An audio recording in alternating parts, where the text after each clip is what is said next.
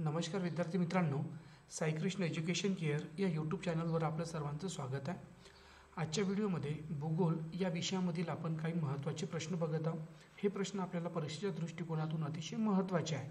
त्यासाठी तुम्ही हे पूर्ण प्रश्न तोंडपाठ करून ठेवा. त्याचबरोबर तुम्हाला प्रश्न चांगले वाटले तर व्हिडिओला लाईक करसान आणि चॅनलला सबस्क्राईबसुद्धा करा, म्हणजे तुम्हाला येणाऱ्या सर्व व्हिडिओचं नोटिफिकेशन मिळत राहणार. पहिला प्रश्न बघू.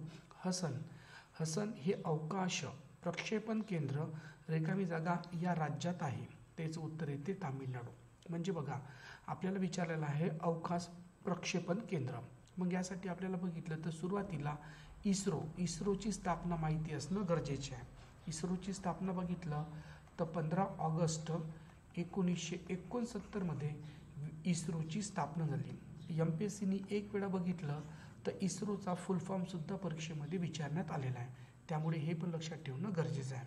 पुढचा प्रश्न बघू, काळजीपूर्वक लक्ष द्या.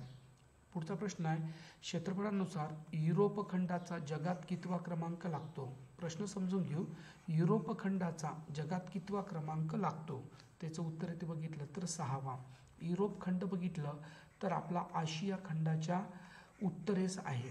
त्याचबरोबर क्षेत्रफळाच्या दृष्टीने जो रशिया हा जो देश आहे, हा देश म्हटलं तर पहिल्या क्रमांकावर, आणि युरोप खंड म्हटलं तर तो कितव्या क्रमांकावर येतो? 6वा.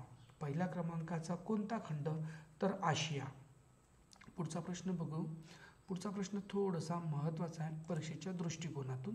थोडंसं समजून घेऊ म्हणजे आपल्याला चुकणार नाही. प्रश्नामध्ये दिलेला आहे योग्य जोड्या लावा. इकडे बघितलं तर उपनद्या आहे आणि इकडे बघितलं तर महाराष्ट्राच्या मुख्य नद्या आहे. त्याचं उत्तर बघितलं तर ऑप्शन क्रमांक 3 येते. यामधली जी कुकडी हे बघितलं तर भीमा नदीची उपनदी आहे. भीमा नदीचा जो उगम आहे हा पुणे जिल्ह्यातून होतो आणि भीमा नदी बघितलं तर पुणे आणि नगर या 2 जिल्ह्याची सीमा करते. पुढची बघितलं तर काटेपूर्णा ही बघितलं तर तापी नदीची उपनदी आहे आणि तापी नदी ही बघितलं तर महाराष्ट्रातली सर्वात मोठी पश्चिम वाहिनी नदी आहे. त्याचबरोबर तापी नदीला बघितलं तर खानदेश कन्या असं सुद्धा आपण म्हणतो. ही पण एक गोष्ट लक्षात ठेवा. पुढचा आहे सिंदफणा ही बघितलं तर गोदावरी नदीची उपनदी आहे आणि आपल्या सर्वांना माहिती आहे का गोदावरी नदीने महाराष्ट्राचा सर्वात मोठा भाग व्यापलेला आहे. दूधगंगा ही बघितलं तर कृष्णा या नदीची उपनदी आहे. कृष्णा नदीचा उगम बघितलं तर महाराष्ट्रातील महाबळेश्वर येथून होतो. ही पण एक गोष्ट लक्षात ठेवा. हे झाल्या महाराष्ट्रातल्या प्रमुख नद्या आणि त्याच्या आल्या या उपनद्या. पुढचा प्रश्न घेऊ, लक्ष द्या. पुढचा प्रश्न दिलेला आहे, महाराष्ट्राच्या दक्षिणेस कोणते राज्य आहे? काळजीपूर्वक लक्ष द्या. महाराष्ट्राच्या दक्षिणेस कोणते राज्य आहे? त्याचं उत्तर बघा, गोवा पण नाही होणार, कर्नाटक नाही, पण हे दोन्ही पण राज्य आहे. लक्षात राहू द्या. दक्षिणेकडे यामध्ये कर्नाटक राज्याला एकूण 7 जिल्ह्यांच्या सीमा लागून आहे. बरोबर आहे. त्याचबरोबर गोव्याला बघितलं तर फक्त एकाच जिल्ह्याची, आणि तो कोणता जिल्हा तो मला कमेंट बॉक्समध्ये सांगा. पुढचा प्रश्न आहे, ऑर्थोसाइट, त्यानंतर बिटुमिनस आणि लिग्नाइट आणि पीट हे कशाचे प्रकार आहे? तर हे बघितलं तर कोळशाचे प्रकार आहे. मग कोळशाचे प्रकार कशावरून ठरवण्यात आले? तर यामध्ये जो कार्बनचं जो प्रमाण असतो त्या म्हणजे पर्सेंटेज असते कार्बनचं, त्यावरून याचे काय होते प्रकार ठरवले जाते. यामध्ये जो पीठ आहे हा एकदम निकृष्ट दर्जाचा म्हणजे कमी प्रतीचा आहे. बरोबर आहे. हे पण लक्षात ठेवसा. पुढचा प्रश्न आहे, बंकल सरोवर कोणत्या देशात आहे? प्रश्न समजून घेऊ. बंकल हे जे सरोवर आहे हे कोणत्या देशात आहे? याचं उत्तर येते रशिया या देशामध्ये आहे. लक्षात राहू दे. पुढचा प्रश्न आहे, भारतातील सर्वात मोठे खाऱ्या पाण्याचे सरोवर कोणते? बरोबर आहे, कोणते? त्याचं उत्तर आहे बघितलं तर चिल्का कुठे येते? तर ओडिसा या राज्यामध्ये. लक्षात राहू दे. त्यानंतर लोणार आपल्या महाराष्ट्रामध्ये आहे, बुलढाणा जिल्ह्यात. साबार बघितलं तर आपल्याला दिसून पडते राजस्थानमध्ये. राजस्थान हे पण लक्षात राहू दे. पुढचा प्रश्न घेऊ. हे पश्चिम घाटातील सर्वोच्च शिखर आहे. लक्ष द्या. पश्चिम घाट म्हणजे कोणता? तर तापी नदीच्या दक्षिणेपासून जी रांग सुरू होते कन्याकुमारीपर्यंत तिला आपण पश्चिम घाट म्हणतो आणि ही घाट आपल्या महाराष्ट्रात जेवढी आहे तिला आपण सह्याद्री म्हणतो. प्रश्न विचारला सर्वोच्च शिखर कोणते, असा आपल्याला प्रश्न विचारलेला आहे. याचं उत्तर येते बघा अन्नाईमुडी. अन्नाईमुडी हे बघितलं तर केरळ राज्यात आपल्याला दिसून येते आणि याची उंची बघितलं तर 2695 मीटर एवढी उंची आहे या अन्नाईमुडई याची, आणि हे आपल्याला पश्चिम घाटातील सर्वोच्च शिखर. पुढचा प्रश्न आहे पेरियार अभयारण्य कोणत्या प्राण्यासाठी राखीव आहे. पेरियार म्हटलेलं आहे, हे बघितलं तर काळवीटसाठी आहे. लक्षात राहू दे, काळीवीट.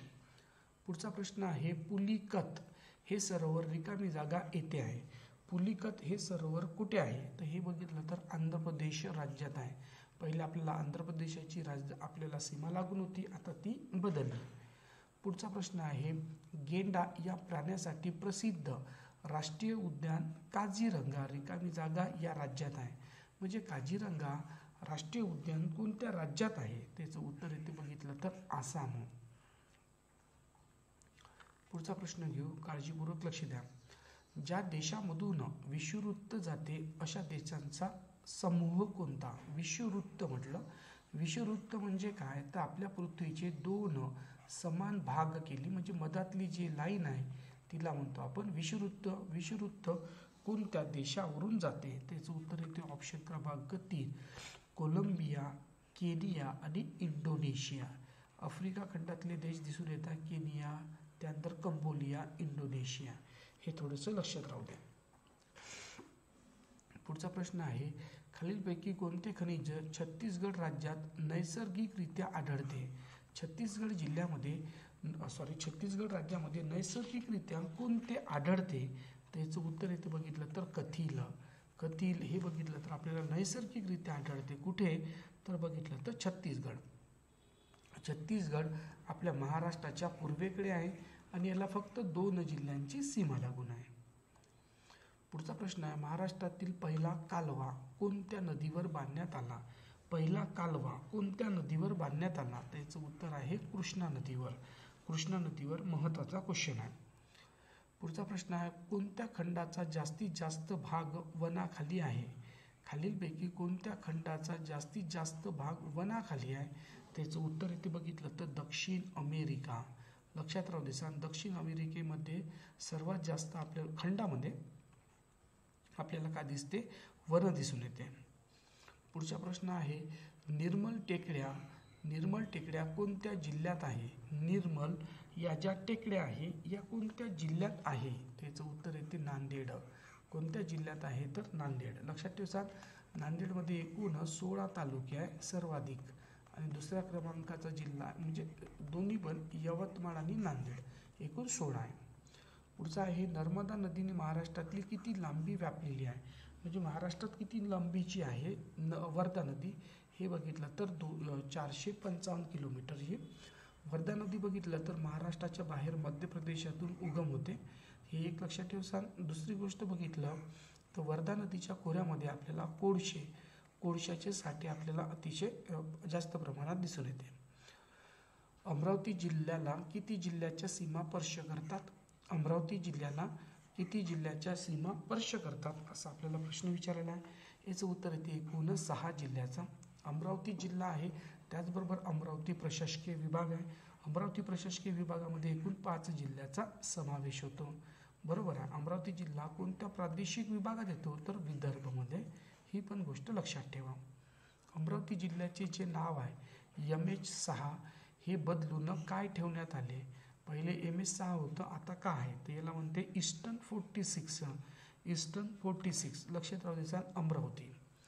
देशातले पहिले डिजिटल राज्य कोणते. डिजिटल म्हटलं तर पटकीने आपलं लक्ष जाते कुठे तर बघितलं तर केरळकडे.